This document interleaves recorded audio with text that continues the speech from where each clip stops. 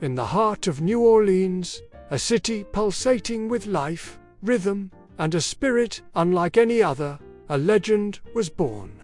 This is the story of a boy from a forgotten corner of America who would pick up a cornet and not just play music, but redefine it for the entire world. This is the story of Louis Armstrong.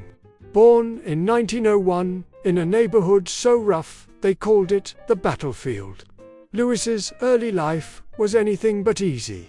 Poverty was a constant companion, and his world was one of struggle. But even in the darkest of times, a light shone through. The sound of music. It was everywhere in New Orleans, spilling out of dance halls, marching in street parades, and echoing through the vibrant, chaotic alleyways. It was the sound of jazz, a new, electrifying art form, and for young Louis, it was a calling. His first instrument wasn't a shiny trumpet from a music store. It was a humble, battered cornet, a gift that would become his key to a new life. He learned to play with an astonishing natural talent, his ear catching melodies and rhythms that others couldn't hear.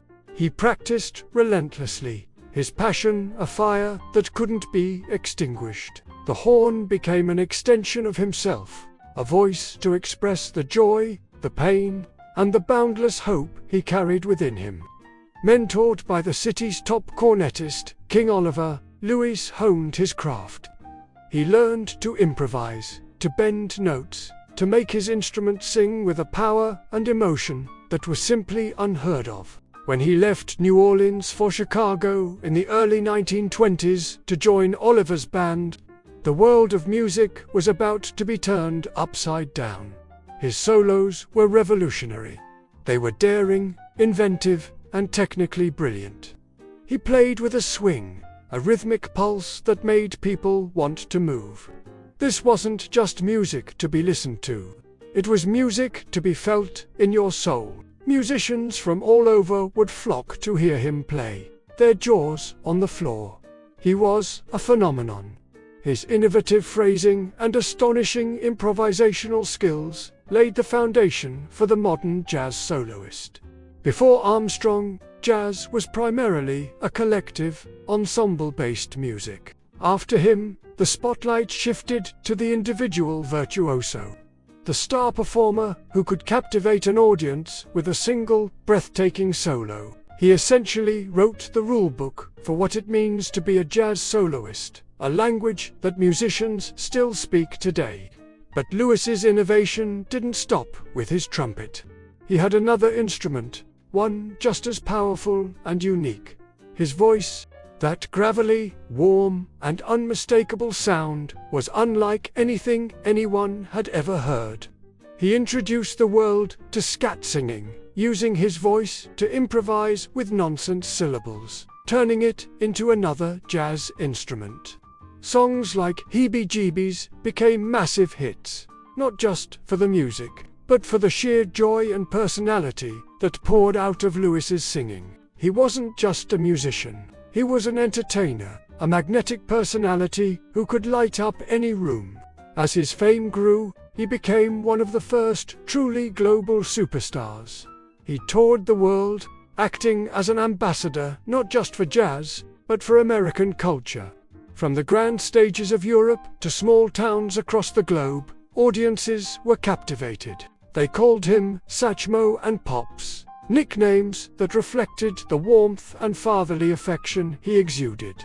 In a time of deep division, his music transcended borders, languages, and the color of his skin. He proved that art could be a powerful unifying force, bringing people together through the universal language of a swinging rhythm and a heartfelt melody. He broke down countless barriers. He was one of the first African American entertainers to achieve widespread mainstream success, starring in Hollywood films and hosting his own national radio show. He faced immense prejudice and adversity, yet he always met the world with a smile. That famous ear-to-ear grin was more than just a stage persona.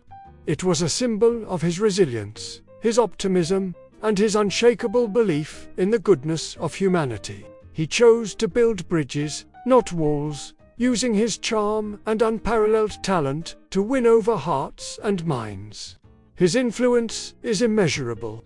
Every jazz trumpeter who came after him owes him a debt, but his impact goes far beyond jazz. From Frank Sinatra to Bing Crosby, popular singers learned from his phrasing and his ability to tell a story with a song. His sense of swing seeped into every genre of popular music, from R&B to rock and roll. He taught the world how to feel the rhythm, how to find the groove. The very DNA of modern pop music carries traces of Louis Armstrong's genius. As the years went on, Louis's music continued to evolve. He was no longer just the fiery young innovator, but a master interpreter of song. He could take a simple melody and infuse it with a lifetime of experience, wisdom, and profound emotion. And then, in 1967, at a time of great social upheaval and uncertainty, he recorded a song that would become his most enduring legacy. It was a simple, beautiful ballad, a message of hope delivered with his signature warmth. What a wonderful world! The song wasn't a massive hit at first, but its gentle optimism resonated deeply. In it, we hear the voice of a man who had seen the best and worst of humanity, and yet chose to focus on the beauty. The green trees, the red roses, the blue skies, the kindness of strangers. It was his final, beautiful gift to us all. A reminder that even in a troubled world, there is still so much to be grateful for, so much wonder to behold. Louis Armstrong passed away in 1971, but his spirit lives on. It lives in every soaring trumpet solo, in every singer who phrases a lyric with soul, and in the simple, profound hope of what a wonderful world. He was more than a musician. He was a force of nature, an innovator, an unifier, and a true original.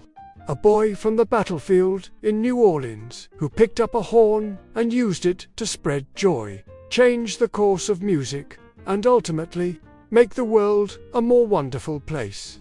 Thank you so much for joining us on this journey through the life of a true legend. If you were inspired by Satchmo's story, please give this video a thumbs up and consider subscribing for more stories about the people who shaped our world. We'll see you next time.